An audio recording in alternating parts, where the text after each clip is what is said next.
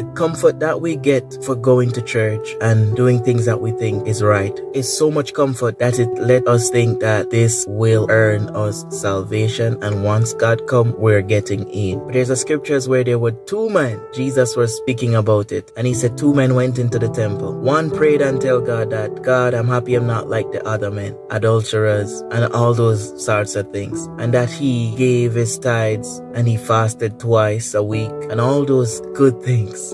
And the other man, who all that he prayed for, or all that he said to God, he said, God, I'm a sinner. And I think he asked for forgiveness and that he's a sinner. And with all that the other man did, when both of them leave the temple, the man that didn't do all those other things, like the tithes and the fasting twice a week, he went home more fulfilled than the other man. Now, how is that? God said, he who exalteth himself shall be abased, and he who humbleth himself shall be exalted. A lot of us Christians think that we are better than everyone else, and we are better than the homosexual, and we are better than the adulterer and the fornicator, but we are lying to ourselves. We are all filthy rags for righteousness in the sight of God, and we need grace alike. And it's just because of God's grace, that's why we are saved. It's not because of our works. And this is why someone who have done none of those things, no fasting, and this is not to keep anybody comfortable, not fasting, not praying, not seeking God, but I can tell you, these doesn't matter if your heart is not in the right place, because that other man was boasting